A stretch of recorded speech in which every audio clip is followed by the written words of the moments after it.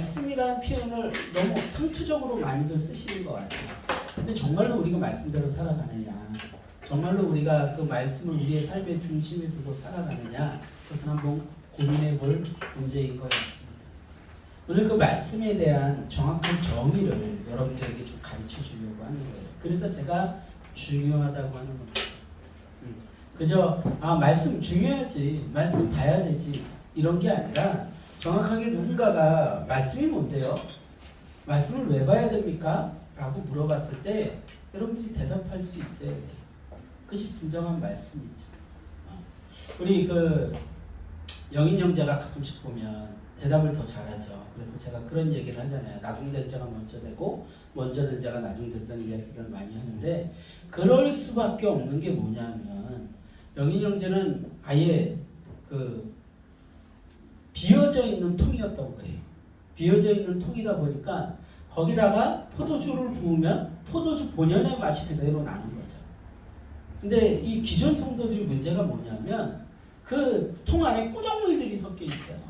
그러다 보니까 포도주를 이렇게 부으면 그 꾸정물과 섞여가지고 포도주의 맛을 버려버린다는 거예요. 그래서 그 꾸정물을 없애려면 어떻게 해야 되냐면 두 가지 방법이 있어요. 첫 번째는 아예 그 꾸정물을 다 비워버리고 포도주를 새로 부으면 돼요. 근데 그게 잘 안 돼요. 이미 머릿속에 뭐가 있냐면 고정관념이라는 게 있는 거예요. 그래서 그걸 또 한 가지 바꿀 수 있는 방법은 새로운 좋은 포도주를 끊임없이 붓는 거예요. 그러다 보면 그 꾸정물이 언젠가는 희석되겠죠. 왼손으로 밥 먹던 친구에게 오른손으로 밥 먹으라고 그러면 되게 힘들어요. 근데 고쳐야 된다고 아무리 부모님들이 얘기해도 잘 못 고치는 경우들이 있습니다. 그런데 처음부터 오른손으로 배운 사람들은 오른손으로 하는 게 그렇게 어렵지 않죠. 제가 왜 이야기를 하냐면 여러분들이 기존에 내가 아는 것들이 기독교야, 내가 아는 것들이 예수님이야, 내가 아는 것들이 전부야 라는 생각들을 굉장히 많이 하고 살아왔어요. 그러니까 이것을 새로이 바꾸는 것들이 참 쉽지가 않은 거예요. 오늘 말씀에 대해서, 그리고 성령님에 대해서 우리가 전체적으로 그림을 그리면서 정리를 할 거예요. 정리를 할 거니까 여러분들 오늘 말씀 조금 더 집중해서 들으시고, 오늘이 누가복음 마지막입니다. 누가복음 이제 더 안 해요. 누가복음을 지금 1년을 넘게 했습니다. 1년을 넘게. 누가복음만 주일마다 거의 1시간씩. 그러니까는 주일마다 했으니까 거의 55시간에 걸쳐서 누가복음 강의를 한 거예요. 55시간에 걸쳐서. 여러분들 누가복음의 박사가 돼야 돼요. 계셨나 모르겠네요. 어쨌든 오늘 이 누가복음 마지막 장면을 대하면서 우리가 아주 중요한 누가복음의 가르침을 좀 정리해보고자 합니다. 자, 누가복음은 누구를 대상으로 쓰여진 거라 그랬죠? 제자들. 이거는 이제 지금 하고 있는 것들이 다 바로바로 대답이 나오네요. 그래서 처음에 누가복음을 시작할 때 여러분들에게 이야기를 했지만 누구를 대상으로 쓰여졌다고 누가복음의 서두에서 밝히냐면 데오빌로 가카에게 이렇게 쓰여지면서 말씀을 시작을 해요.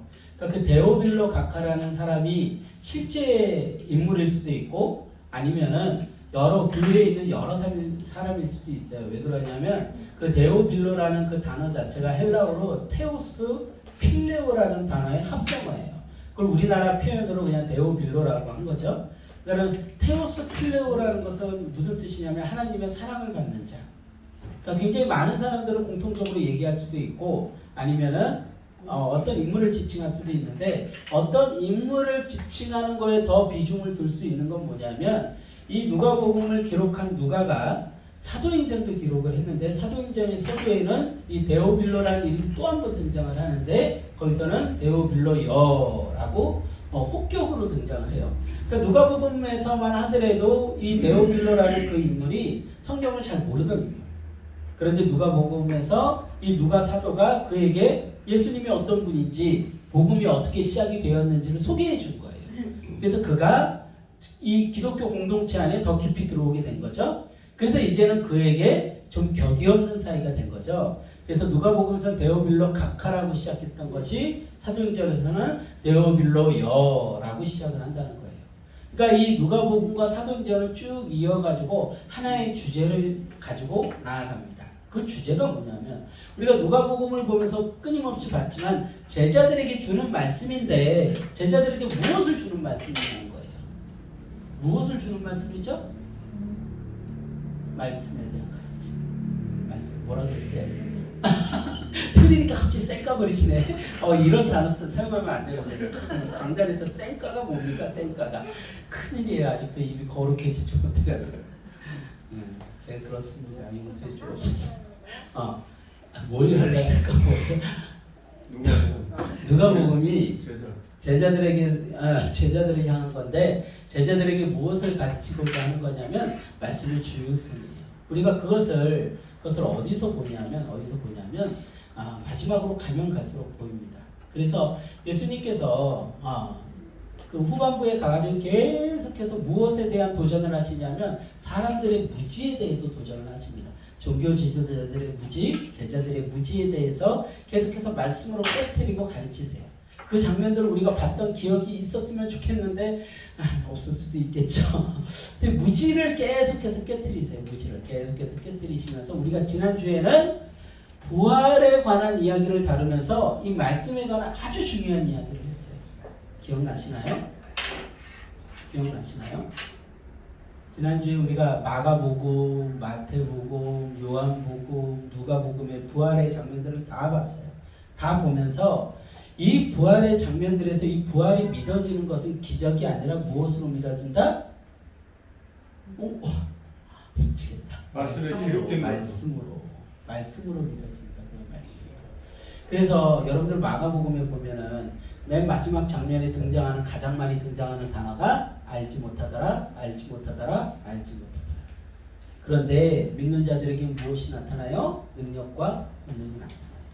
그래서 그것을 통하여서 너희가 뭐래라? 말씀을 증거해라.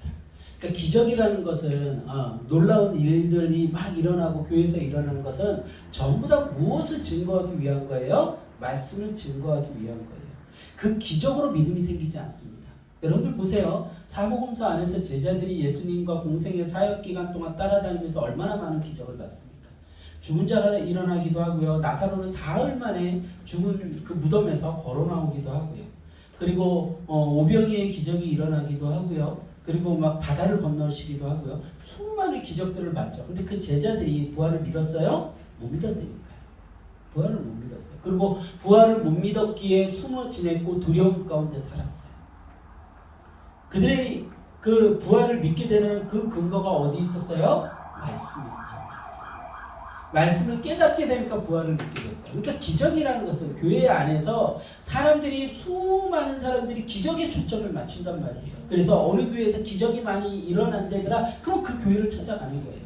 그래서 기적이 일어났다고 생각하는 그 교회에서 하시는 목사님의 말씀이 이게 맞든 틀리든 옳든 어쨌든 무조건 고개를 들이미는 거죠. 아멘하는 거죠. 근데 성경은 그걸 얘기하고 있지 않아요. 기적은요, 우리의 믿음을 끌어내지 못해요. 말씀으로 이끄는 통로가 될 뿐이죠. 와, 교회에 나갔더니 어떤 사람이 병이 고쳐졌대. 어느 교회에 갔더니 어떤 사람이 사업을 망했었는데 사업이 회복됐대. 뭐 이런 이야기들을 들어서 그걸로 믿음이 생기는 게 아니에요. 그걸로 생기는 믿음은 무엇으로 연결돼요? 탐욕과 욕망으로 이어집니다.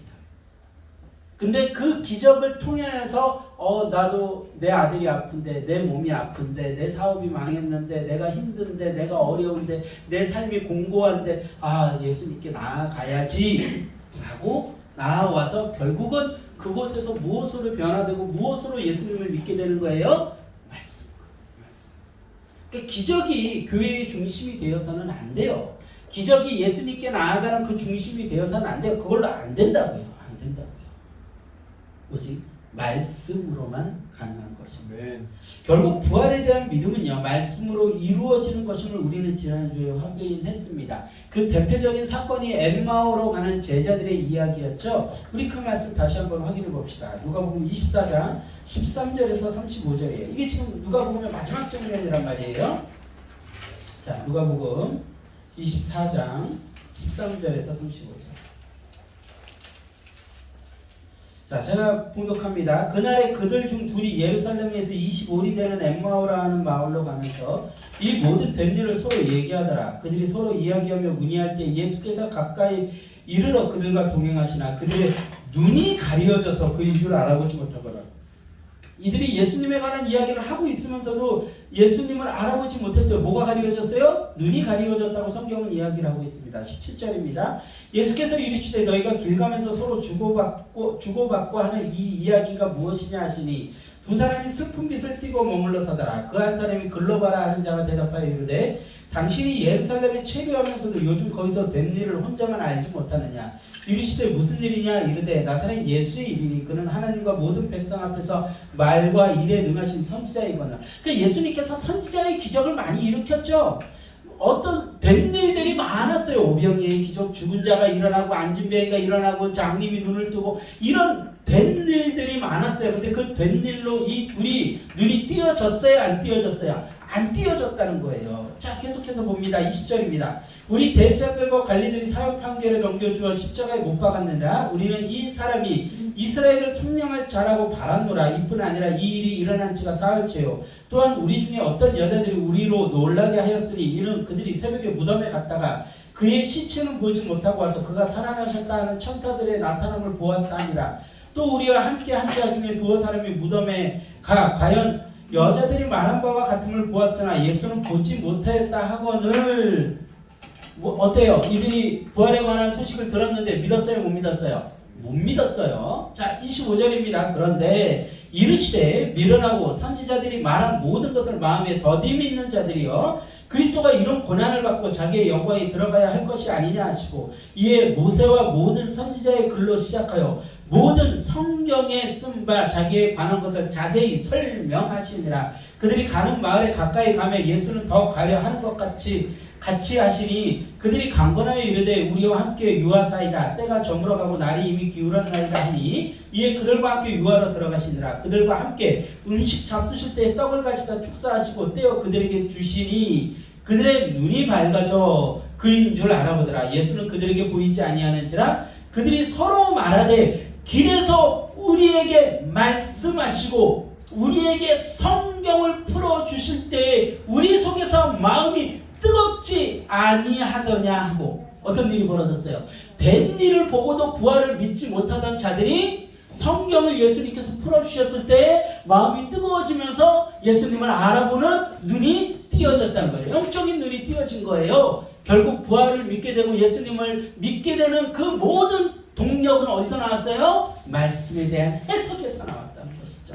자, 계속 봅니다. 33절입니다. 곧 그때로 일어나 예루살렘에 돌아가 보니 11 제자 및 그들과 함께한 자들이 모여있어 말하기를 주께서 과연 살아나시고 시몬에게 보이셨다 하는지라. 두 사람도 길에서 된 일과 예수께서 떡을 떼심으로 자기들에게 알려주신 것을 말하더라. 아멘. 자, 33절에 뭐라고 되어 있어요? 곧 그때로.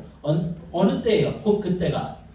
마음이 뜨거워져서 성경을 이해해서 깨닫게 돼서 예수님의 부활을 믿게 된 때.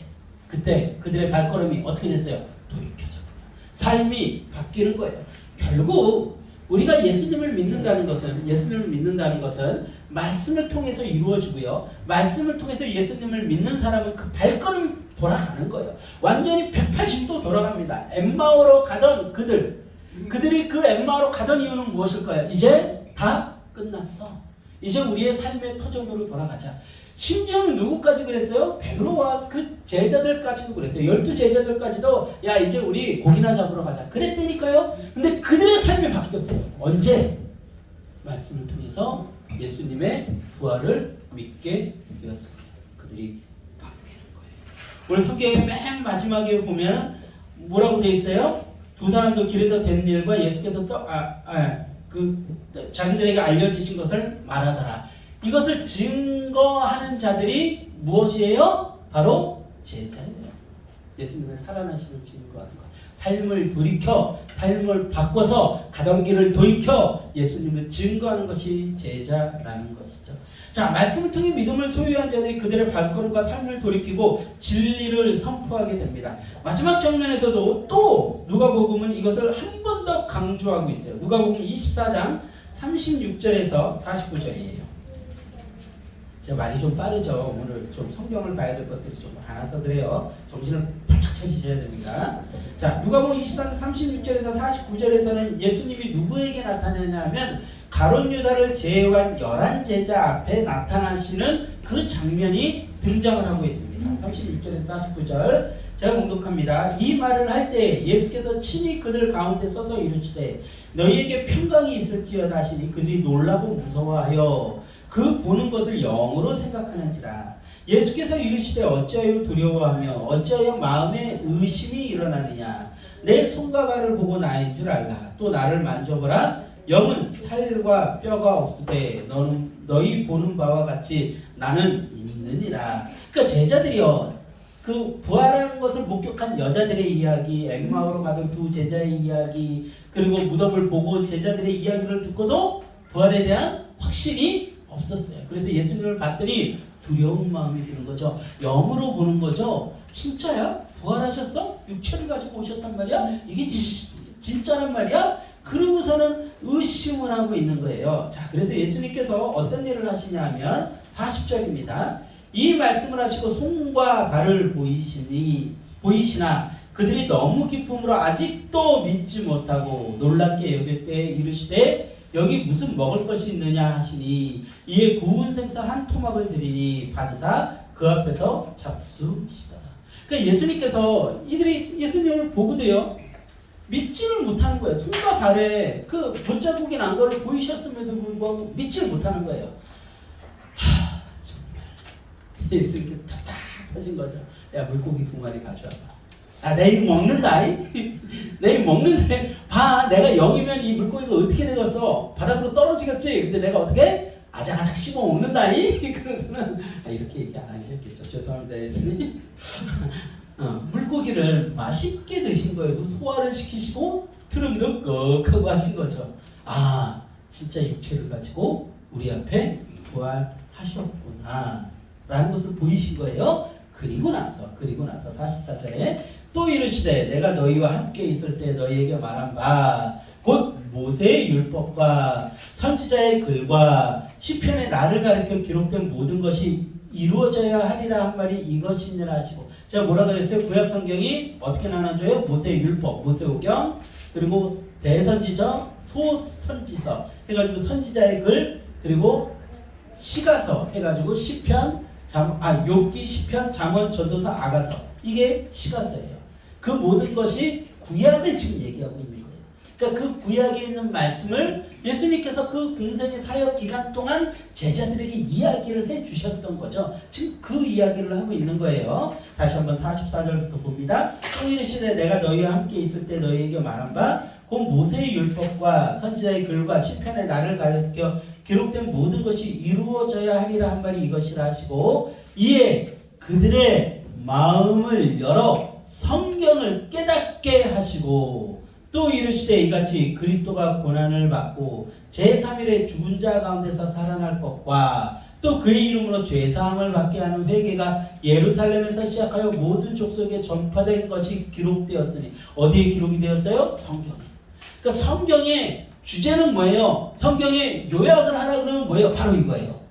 그리스도가 고난을 받고 제3일에 죽은 자 가운데 살아날 것과 또 그의 이름으로 죄사함을 받게 하는 회개가 예루살렘에서 시작하여 모든 족속에게 전파될 것이 어디에 기록되었어요? 성경에. 그것을 예수님께서 제자들의 마음을 열어 풀어서 해석해 주시고 깨닫게 해주시는 거예요. 다시. 그러면서 48절에 뭐라고 되어 있어요? 너희는 이 모든 일의 증인이라. 볼지어다 내가 내 아버지께서 약속하신 것을 너희에게 보내니 너희는 위로부터 능력으로 입혀질 때까지 이 성에 머물라 하시니라.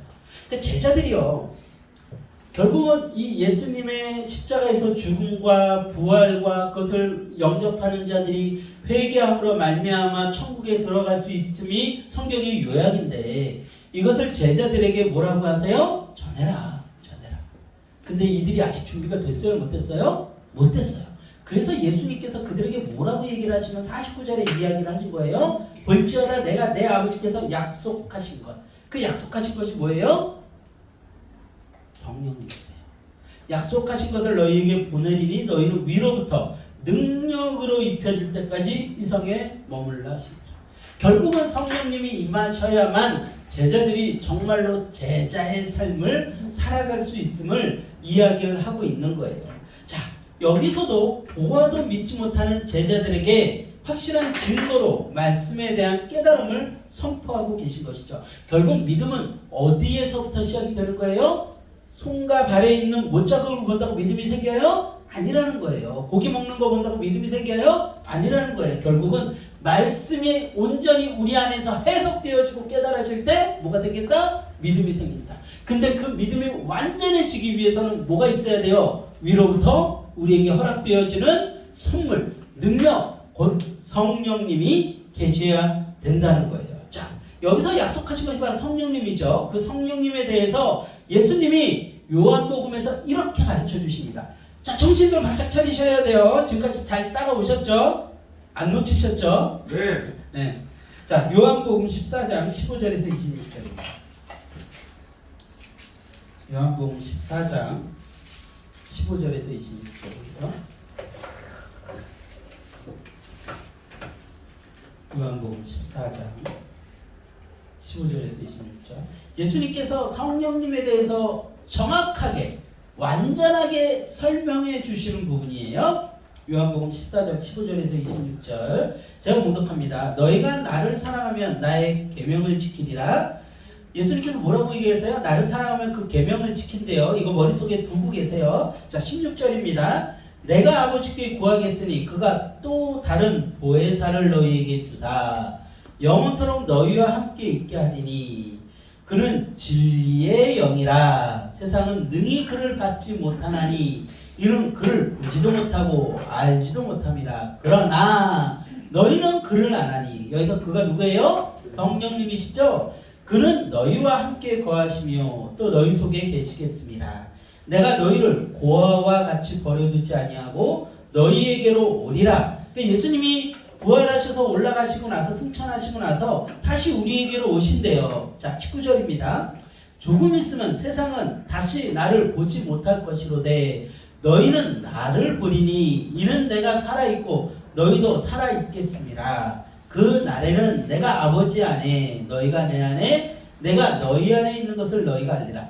자, 굉장히 어렵죠. 쉽게 얘기해서 아버지 안에 예수님이 계시고 예수님 안에 우리가 있고 우리가 아버지 안에 있는 거예요. 즉 하나님과 예수님과 우리가 연합하는 기적을 우리의 삶에 경험하게 된다는 것이죠. 자, 21절에 계속 봅니다. 나의 계명을 지키는 자라야 나를 사랑하는 자니. 결국 우리가 예수님의 계명을 지키고 순종하는 것이 예수님의 사랑에 대한 증거라고요. 나를 사랑하는 자는 내 아버지께 사랑을 받을 것이요 나도 그를 사랑하여 그에게 나를 나타내리라. 가룟신 아닌 유다가 이르되 주여 어찌하여 자기를 우리에게는 나타내시고 세상에는 아니하려 하시나이까? 예수께서 대답하여 이르시되 사람이 나를 사랑하면 내 말을 지키리니 내 아버지께서 그를 사랑하실 것이요 우리가 그에게 가서 거처를 그와 함께 하리라. 그러니까 이거 쉽게 얘기하면 이거예요. 사람이 예수님을 사랑하면 예수님의 말씀을 지키고 내 아버지께서 그 말씀을 지키는 하나님 아버지께서 예수님의 말씀을 지키는 자들을 사랑하실 것인데 우리가 그에게 가서 아버지에게 가서 거처를 그와 함께 한다. 그러니까 예수님의 말씀을 지키는 자들이 곧 무엇을 받는다? 구원 받는다. 천국에 간다. 그 얘기를 하는 거예요. 24절입니다. 나를 사랑하지 아니하는 자는 내 말을 지키지 아니하나니 너희가 듣는 말은 내 말이 아니요 나를 보내신 아버지의 말씀이니라. 내가 아직 너희와 함께 있어서 이 말을 너희에게 하였거니와. 자, 여기서부터 잘 보세요. 보혜사, 성령님이시죠. 성령님의 이름이 보혜사예요. 곧 아버지께서 내 이름으로 보내실 성령, 그가 너희에게 모든 것을 가르치고 내가 너희에게 말한 모든 것을 어떻게 해요? 생각나게 하리라. 아멘. 그러니까 정리하자면 이런 거예요. 말씀이 굉장히 어렵죠. 자, 예수님을 사랑하는 자는 뭘 지켜요? 계명을 지켜요. 계명. 사랑하지 않는 자는 그 계명을 지키지 않아요. 그 계명을 지키고 예수님을 사랑하는 자가 하나님과 예수님과 온전히 연합하게 돼요. 근데 그 말씀을 깨닫게 하시는 분이 누구시라고요? 성령님이시라는 거예요. 그 성령님께서 그 말씀들을 생각나게 하시고 깨닫게 하셔서 우리로 하여금 예수님과 온전히 연합하게 하신다. 예수님께서 부활하셔서 승천하시고 나서 이 성령님을 우리에게 보내시는데 이 성령님이 하시는 주된 사역이 뭐예요? 주된 사역이 바로 말씀을 예수님을 깨닫게 하는 거예요. 이해되시나요? 성령님은요 우리가 어떤 능력을 행하기 위해서 행하시는 것이 아니에요. 제가 다시 한번 얘기하지만 기적이나 능력은 무엇으로 가기 위한 통로예요? 말씀으로 가기 위한 통로예요. 성령님의 가장 주된 사역은 뭐예요? 예수님을 예수님을 증거함으로 인해서 말씀을 깨닫게 함으로 인해서 우리가 예수님의 계명을 지키고 순종하게 하는 거예요. 예수님의 계명을 지키고 순종하는 자만이 어떻게 된다고요? 아버지께서 만드신 거처에 들어가게 된다고요. 구원받게 된다고요. 우리가 에덴에서 쫓겨나서 죄가 들어와서 우리 안에 들어왔던 생명, 성령님께서 우리의 삶과 아무 상관이 없으셔요. 그래서 아까도 우리가 봤지만 세상 사람들은 성령님을 받을 수도 없고 알 수도 없어요. 오직 누구만이 예수님께서 예정한 자들만이 성령을 선물로 받는 거예요. 성령을 선물로 받는다는 건 뭐예요? 태초에 아담이 창조될 때 생명이 부어져서 아담이 호흡을 시작하고 하나님을 알게 되죠. 성령을 받는다는 것은 바로 그거예요. 우리가 다시 생명을 받게 되는 거예요. 그래서 우리 아까 찬양했죠? 성령이여 우리에게 임하소서. 그게 요엘의 예언의 말씀을 가지고 작사 작곡을 한 거예요. 근데 거기서 뭐라고 나와요? 자녀들은 예언할 것이고 누구들은 또 예언할 것이요 라는 표현이 계속 나와요. 예언이라는 건 뭐냐면 먼 미래의 것을 이야기하는 게 예언이 아니에요. 한 달 뒤에 네가 무슨 일이 있을 거야, 1년 뒤에 네가 무슨 일이 있을 거야, 이것을 얘기하는 것이 예언이 아니라 진정한 예언은 뭐냐면 말씀에 대해서 해석할 수 있는 능력이 생겨요. 그게 예언이에요. 제가 그래서 예언의 은사를 받았다고 저는 확신해요. 다른 은사는 별로 없어요. 근데 말씀에 대한 깨달음이 있어요. 말씀에 대한 깨달음. 근데 성령님께서 임하시면 자녀들에게 무엇을 준대요? 예언하게 하신다는 거예요. 자, 정리들이 좀 되십니까? 성령님께 하시는 일은 그 일들이에요. 성령을 받으면 막 방언을 하고 놀라운 일들을 하고 죽은 자를 살리고 해가지고서는 막 기도원 가지고 40일 동안 막 금식기도 하고 막 그러다가 금식기도 마치고 나면은 사람들에게 막 손수건만 던져도 병이 낫고 이게 성령님께서 하시는 일이 아니라고요. 막 신령한 거 막 받았다고 막 몸을 푹 떨고 내 가슴이 뜨거워요. 미치겠어요. 이게 성령님이 하시는 일이 아니라고요. 그 모든 것들은 다 무엇을 위해서 행하시는 거예요? 말씀을 깨닫기 위한 말씀을. 그것이 성령님의 일이라고 오늘 어디서 지금 누가 얘기하고 계세요? 예수님이 얘기하고 계시잖아요. 다시 한번 확인합니다. 다시 한번. 자 보세요. 26절이에요. 14장 26절. 보혜사 곧 아버지께서 내 이름으로 보내실 성령 그가 너희에게 모든 것을 가르치고 내가 너희에게 말한 모든 것을 생각나게 하리라. 그래서 아까 제자들에게 예수님께서 뭐라고 하셨어요? 누가복음에서 너희들 예루살렘에 머물러 있어라. 위로부터 능력이 너희들에게 임할 것이다. 그때가 되면 제자들이 뭐가 돼요? 준비가 되는 거예요. 생명이 되는 거예요. 증언하는 자가 되는 거예요. 진정한 제자가 되는 거예요. 자, 이 말씀이요 어디서 완성이 돼요? 사도행전 2장 1절에서 22절에서 완성이 되는 거예요. 사도행전 1장 2장 1절에서 22절. 사도행전 2장 1절에서 22절. 이 예수님께서 얘기하신 방금 그 요한복음에서 얘기하셨던 사건이 여기서 완성이 됩니다. 사도행전 2장 1절에서 22절 제가 공독합니다. 오순절 날이 이미 이르매 그들이 다 같이 한 곳에 모였더니 호련히 하늘로부터 급하고 강한 바람 같은 소리가 있어 그들이 앉은 온 집에 가득하며 마치 불의 혈처럼 갈라지는 것들이 그들에게 보여 각 사람이 하나씩 임하더니 자 성령님께 이전서 임하실 때 무슨 일이 벌어졌냐면 강한 바람 같은 소리가 있었대요. 그리고 불의 혀처럼 갈라지는 것들이 그들에게 보였대요. 그래서 자 보세요. 여러분들이 굉장히 성령님에 대해서 오해하고 있는 것이 있는데 많은 기도원 가면 저도 그런 오해를 많이 했었고 저도 그렇게 많이 사람들에게 내 능력이 나타나기를 막 원했었어요. 근데 그게 아니더라고요. 기도원 가면 뭐예요? 여러분들 많이 봤을 거예요. 집회 많이 다녀봤을 거예요. 목사님이 다니면서 이렇게 성령을 보냅니다.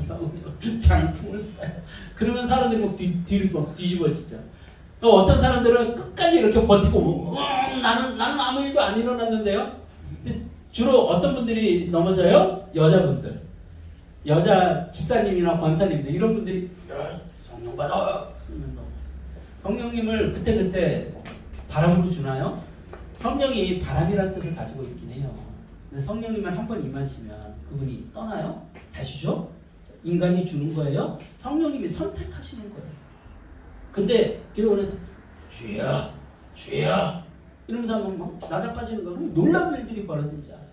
그리고 또 한 가지 성령님이 임하시면 여기 보면 불의 혀같이 갈라지는 것들이 보였대요. 아 성령님은 불이시구나. 불이라는 표현도 많이 등장을 해요. 성경 속에서. 그러다 보니까 막 가슴이 뜨거워지는 거죠. 아 뜨거워요. 뜨거워서 견딜 수가 없어요. 집회 가면 여러분들 이런 사람들 엄청 많이 봅니다. 뜨거워. 여러분은 성경을 정확히 보세요. 불의 혀처럼 갈라지는 것들이 그들에게 보여요. 그러니까 불의 혀처럼 갈라지는 게 보이지 불처럼 뜨겁다는 게 아니에요. 그런데 그런 것들을 막 더 강조하는 거죠. 눈에 보여지는 것들을 강조하는 거죠. 근데 그게 아니라고요. 자, 성경을 계속해서 봅시다. 4절이에요. 그들이 다 성령의 충만함을 받고 성령이 말하게 하심을 따라 다른 언어들로 말하기를 시작합니다. 성령이 임재하니까 이들에게 일어나는 기적이 무슨 기적이 일어났대요? 다른 언어들로 말하기를 시작을 했대요. 이거를 흔히들 방언이라고 얘기합니다. 각 지역에 있는 언어 해가지고 방언이라고 얘기를 해요. 자, 이때 초창기의 방언은 바로 이런 식으로 정확한 언어의 형태로 나타났다는 것이죠. 자, 5절부터 봅니다. 그때 경건한 유대인들에게 천하 각국으로부터 와서 예루살렘에 머물러 있더니 이 소리가 나며 큰 무리가 모여 각각 자기의 방언으로 제자들이 말하는 것을 듣고 소동하여 다 놀라 신기하게 여겨 이르되 보라 이 말하는 사람들이 다 갈릴리 사람이 아니냐. 이게 지금 무슨 얘기냐면 6월절이 돼서 전 세계에 있었던 히브리인들이 다 모인 거예요. 유대인들이. 그러니까 유대인들이 그 바벨론에 의해서 멸망을 당하면서 사망으로 포로로 끌려갑니다. 근데 이들은요 거기서 종교를 포기하지 않아요. 유대교를 포기하지 않아요. 그래서 회당이라는 걸 짓고 각 지역에 있으면서 유대교를 설파합니다. 그래서 각 지역에 있었던 세계 방방곡곡에 있었던 사람들 중에 유대교를 믿는 사람들이 생긴 거예요. 여러분들 지금 이스라엘이 그렇게 이루어졌잖아요. 이스라엘이 세계 곳곳에서 회당에서 하나님을 영접한 사람들, 하나님을 믿는 사람들이 세운 나라가 지금의 이스라엘이에요. 그 당시에도 마찬가지예요. 그래서 각종 언어를 사용하는 사람들이 그곳에 모였던 거죠. 그들이 성령님이 임하시고 나니까 제자들이 그들의 언어로 각각 다른 언어로 얘기를 하고 있는 거예요. 이해가 되셨죠? 8절입니다. 우리가 우리 각 사람이 난곡 방언으로 듣게 되는 것이 어찌 됨이냐. 우리는 바데인과 메데인과 엘람인과 또 메소보다미아, 유대와 갑바도기와 본도와 아시아, 부르기아와 밤빌리아, 애국과 및 구레네에 가까운 리비아 여러 지방에 사는 사람들과 로마로부터 온 나그네 곧 유대인과 유대교에 들어온 사람들과 그레데인과 아라비아인들이라 우리가 다 우리의 각 언어로 하나님의 큰 일을 말함을 듣는도다 하고 다 놀라며 당황하여 서로 이르되 이 어찌된 일이냐 하며 또 어떤 이들은 조롱하여 이르되 그들의 세술에 취했다 하는도다. 베드로가 11사도와 함께 서서 소리를 높여 이르되 유대인들과 예루살렘에 사는 모든 사람들아 이 일을 너희로 알게 할 것이니 내 말에 귀를 기울이라. 때가 제3시니 너희 생각과 같이 이 사람들이 취한 것이 아니라 이는 곧 선지자 요엘을 통하여 말씀하신 것이니 일렀으되 하나님이 말씀하시기를 말세에 내가 내 영을 모든 육체에 부어주리니 너희의 자녀들은 예언할 것이요 너희의 젊은이들은 환상을 보고 너희의 늙은이들은 꿈을 꾸리라. 그때 내가 내 영을 내 남종과 여종들에게 부어주리니 그들이 무엇이라고요? 예언할 것이요 또 내가 위로 하늘에서는 기사를 아래로 땅에서는 징조를 베풀리니 곧 피와 불과 연기로다. 주의 크고 영화로운 날이 이르기 전에 해가 변하여 어두워지고 달이 변하여 피가 되리라. 누구든지 주의 이름을 부르는 자는 구원을 받으리라 하였느니라. 22절 한 절만 더 봅니다. 같이 합독합니다. 시작. 이스라엘 사람들아 이 말을 들으라. 너희도 아는 바와 같이 하나님께서 나사렛 예수로 큰 권능과 기사와 표적을 너희 가운데서 베푸사 너희 앞에서 그를 증언하셨느니라. 아멘, 아멘. 누구를 증언하셨어요? 예수님을 증언하셨대요. 그러니까 큰 권능과 기사와 표적이 베풀어진 이유가 뭐예요? 예수님을 증언하기 위한 거예요. 여러분들 지금 이 제자들이요 성령의 임재를 경험을 했죠. 각 사람에게 성령이 임했어요. 예수님께서 뭐라고 했어요? 성령이 임하면 무엇을 하게 하신다고요? 예수님께서 말씀하신 모든 것을 깨닫게 하신 거예요. 그 깨달은 자들이 나가서 제일 먼저 한 게 뭐예요? 말씀의 증언. 예수님에 대한 증언이에요. 요 뒤에 이제 쭉 등장을 해요. 예수님이 어떤 분이신지, 너희들이 예수님을 어떻게 만나야 되는지, 예수님이 어떻게 죽으셨는지가 쫙 등장을 합니다. 그러니까 성령의 임재를 경험한 자들이 가가지고 제일 먼저 한 거는 병을 고치는 게 아니었어요. 몸을 떠는 게 아니었어요. 뜨겁다고 소리치는 게 아니었어요. 가서 예수님을 증언하는 거였어요. 이것이 바로 그 성령의 임재를 경험한 제자들이 첫 번째 한 사역입니다. 성령님의 임재를 경험하면요, 능력과 기적이 나타나 그 기적으로 사람들을 놀래키는 것이 목적이 아니라 성령님의 임재를 통해 예수님을 증거하는 것이 목적입니다. 성령님은 진리의 영이시고 말씀이신 예수님을 증거하는 것이 그 목적이라는 거예요. 성령님이 임하시면 모든 말씀을 깨닫게 돼요. 근데 예수님이 누구시라고 성경은 증거하고 있어요? 말씀. 쫙 이어지십니까? 결국 성령님은요, 말씀을 증거하고 그 말씀의 증거를 통해 예수님을 증언하시는 거예요. 자, 요한복음 1장 1절에서 14절이에요. 요한복음 1장 1절에서 14절.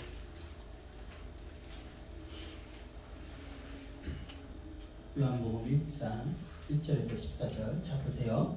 태초에 말씀이 계시니라. 이 말씀이 하나님과 함께 계셨으니 이 말씀은 곧 하나님이시라. 그가 태초에 하나님과 함께 계셨고 만물이 그로 말미암아 지은 바 되었으니 지은 것이 하나도 그가 없이는 된 것이 없느니라. 여기서 그는 누구예요? 예수님이시죠. 그 안에 생명이 있었으니 이 생명은 사람들의 빛이라. 빛이 어둠에 비추되 어둠이 깨닫지 못하더라. 하나님께로부터 보내심을 받은 사람이 있으니 그의 이름은 요한이라. 그가 증언하러 왔으니 곧 빛에 대하여 증언하고 모든 사람이 자기로 말미암아 믿게 하려 함이라. 그는 이 빛이 아니요 이 빛에 대하여 증언하러 온 자라. 참 빛 곧 세상에 와서 각 사람에게 비추는 빛이 있었나니 그가 세상에 계셨으며 세상은 그로 말미암아 지은 바 되었으되 세상이 그를 알지 못하였고 자기 땅에 오매 자기 백성이 영접하지 아니하였으나 영접하는 자 곧 그 이름을 믿는 자들에게는 하나님의 자녀가 되는 권세를 주셨으니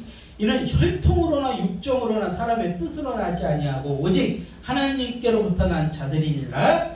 말씀이 육신이 되어 우리 가운데 거하시매 우리가 그의 영광을 보니 아버지의 독생자의 영광이요 은혜와 진리가 충만하더라. 아멘. 말씀이 무엇이 되셨다고요? 육신이 되셨다. 하나님이 태초에 천지를 뭘로 창조하셨어요? 말씀. 그 창조의 주인은 누구셔요? 예수님이세요. 예수님이 모든 만물의 주인이세요. 그 말씀이셨던 예수님께서 육신을 입고 이 땅에 오신 거예요. 성령님이 임하시면 그 말씀 되신 예수님을 증거하시는 거예요. 아멘? 네. 이렇게 성령님에 대한 말씀에 대한 것들이 정리가 되셔야 돼요. 말씀이라는 거 그냥 말씀 봐야 돼. 말씀 알아야 돼. 그거보다 더 큰 의미가 있다. 더 중요한 의미가 있다. 우리가 성령님을 구하고 만나고 성령이여 임재하여 주셔서 저로 하여금 말씀을 깨닫게 하소서 이렇게 기도하는 기도가 왜 필요해요? 성령님 주야 불러가지고 막 방언하고 이게 중요한 것이 아니라 그 과정을 통하여서 무엇이 중요한 거예요? 성령님의 임재를 통하여서 말씀이 중요한 거예요. 그래서 우리가 성령님을 만나야 된다는 것이죠. 자, 결국 제자는요 성령님을 만나고 그분을 모시고 성령님의 가르침을 따라 예수님을 알고 예수님을 알므로 하나님 아버지의 마음을 알고 그 마음을 증거하는 자. 그것이 제자의 삶, 구원받은 자의 삶이에요. 아멘? 아멘. 다시 한번요. 결국 제자는 성령님을 만나고 그분을 모시고 성령님의 가르침을 따라 예수님을 알고 예수님을 알므로 하나님 아버지의 마음을 알고 그 마음을 증거하는 자. 그것이 구원받은 자라는 거예요. 어렵다. 그죠? 어려워요. 근데 이거를 여러분들이 정리만 하시면 이런 말씀에 대한 해석을 통해서 성경이 믿어지면 그 믿음은 흔들리지 않아요. 예를 들어서 이런 거죠. 어떤 사람이 병에 걸렸어요. 암에 걸렸어요. 이 사람이 암이 남는 걸 봤어요. 오, 암이 났어? 할렐루야! 하나님 살아계시구나. 근데 이 사람이 다시 암에 걸렸어요. 어떻게 할 거예요, 그거? 그거 어떻게 할 거예요? 그러면 그때 고쳐졌던 그 기적이 무효화가 되는 거예요? 여러분, 기적은 영원하지 못해요. 어떤 사람이요, 담배를 끊었어요. 예수님 믿고요. 제가 30년 피던 담배를 끊었습니다. 근데 괴로운 일이 생겨서 다시 담배를 피워요. 그거 어떻게 되는 거예요? 이거 어떻게 되는 거예요? 여러분, 기적은 영원하지 못해요. 안진뱅이가 일어났어요. 와, 할렐루야, 안진뱅이가 일어났어요. 대단하다. 근데 이 사람이 자동차 사고로 다시 안진뱅이가 됐어요. 이거 어떻게 할 거예요? 이거 어떻게 할 거예요? 이거 뭘로 해석할 거예요? 근데 우리는 그런 것에 주목해 왔다는 거예요. 근데 예수님은요, 성령님은 그런 것을 하시는 분이 아니라는 거예요. 막 앞에서 막 명령해서 성령 받아, 성령 받아 이런 분이 아니에요. 성령님은 누구세요? 하나님이세요. 하나님이세요. 성부 하나님, 성자 하나님, 성령 하나님이 동일한 하나님이세요. 각자가 하시는 위격이 다를 뿐이에요. 성부 하나님은 창조를 준비하시고 성자 하나님은 창조를 준비하시고 구원을 준비하시고 성자 하나님은 구원을 이루시고 성령 하나님은 구원을 적용시키시고 각자가 하시는 일이 다르실 뿐이지 세 분 다 영원 전부터 계셨던 하나님이신 것이죠. 근데 그 성령님을 아주 그냥 자신들의 장난감처럼 다룬다는 거예요. 근데 그것이 아니에요. 오직 성령님이 임하셔야만 뭘 깨닫게 돼요? 말씀을 깨닫게 돼요. 안 그러면 깨달을 수가 없다니까요. 여러분들 이 땅에 있는 수많은 사람들 막 기독교를 박해하고 공격하려고 하는 사람들이 성경 안 볼 것 같아요. 근데 그들이 깨달아요? 절대 못 깨달아요. 깨닫습니다. 이 비밀을 제가 지금 한 설교 이런 걸 깨달을 수 있을 것 같아요? 성령님이 가르쳐 주시지 않으면 못 깨달아요. 못 깨달아요. 오직 성령님께서만 이런 것들을 깨닫게 하신다는 것이죠. 자, 누가복음의 마지막 선포를 한번 봅시다. 그 마지막 선포는 이런 의미에서 해석되어져야 돼요. 누가복음 24장 50절에서 53절입니다. 누가복음 24장 50절에서 53절이에요. 같이 합독합니다. 누가복음 24장 50절에서 53절 시작. 예수께서 그들을 데리고 베다니아까지 가사 손을 들어 그들에게 축복하시니 축복하실 때 그들을 떠나 하늘로 올려지시니 그들이 그에게 경배하고 큰 기쁨으로 예루살렘에 돌아가 늘 성전에서 하나님을 찬송하니라. 아멘. 자, 제자들에게 마지막으로 예수님께서 부탁하신 이야기가 이거죠. 예수님께서 그들을 데리고 베다니아까지 나가서 손을 들어 그들에게 축복하실 때에 그들을 떠나 하늘로 올려지시니 그들이 그에게 경배하고 큰 기쁨으로 예루살렘으로 돌아가 어디서요? 늘 성전에서 하나님을 찬송하니라. 예수님께서 뭐라고 하세요? 49절 마지막에 보면 이 성에 머물러 하시니라. 그 예루살렘에 머무르면서 무엇을 하라고 얘기하세요? 성전에 있기를 원하세요. 성전에서 뭘 하기를 원하실 걸까요? 찬송하니라 이렇게 되어 있어요. 근데 여러분들 이 찬송하니라를 헬라어 원어를 잘 확인하셔야 돼요. 헬라어로 이 찬송이 뭐라고 되어 있냐면 율로게오라는 단어를 쓰고 있습니다. 율로게오. 이 율로게오는 두 단어의 합성어예요. 관사로 쓰이는 유와 로고스라는 단어의 합성어예요. 그래서 율로게오라는 발음이 된 거예요. 근데 자, 이 유라는 단어와 로고스라는 단어가 합성했는데 이 로고스가 바로 뭐예요? 요한복음 1장에 등장한 태초에 말씀이 계시니라 할 때 그 말씀의 헬라어가 로고스예요. 이 로고스의 그 원형이 어떻게 되냐면 레고라는 헬라어인데 이야기하다라는 뜻을 가지고 있습니다. 자, 집중하세요. 이야기하다라는 뜻을 가지고 있습니다. 즉 예수님께서 늘 성전에서 하나님을 찬송하니라 이 이야기는요 우리가 생각하는 그 찬송이 아니에요. 뭐예요? 예수님에 관해서 이야기하더라. 예수님에 관해서 알아가더라. 하나님의 말씀에 대해서 알아가더라. 이게 찬양의 행위라는 거예요. 우리가 알고 있는 찬양이라는 단어는요 마리아가 그 자신의 태에 예수님이 들어섰다는 것을 천사가 가르쳐 줬을 때 누가복음 1장 46절에서 찬양이라는 단어를 쓰는데 메갈위노라는 단어를 써요.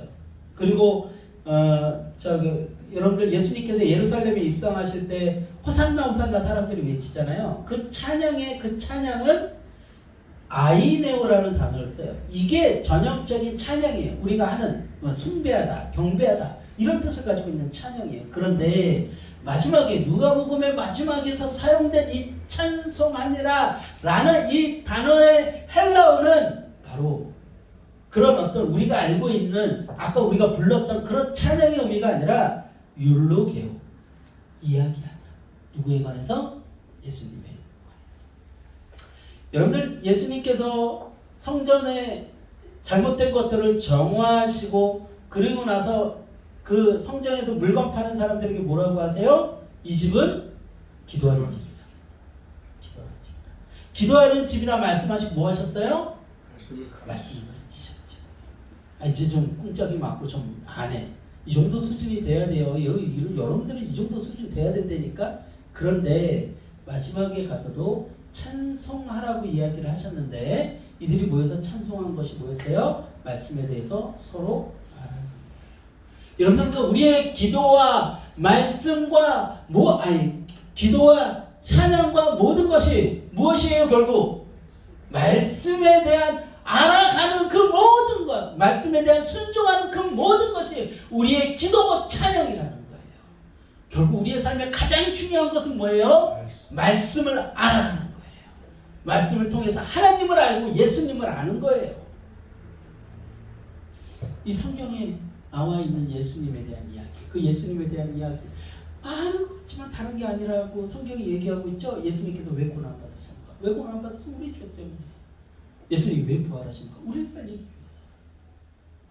예수님은 누구신가?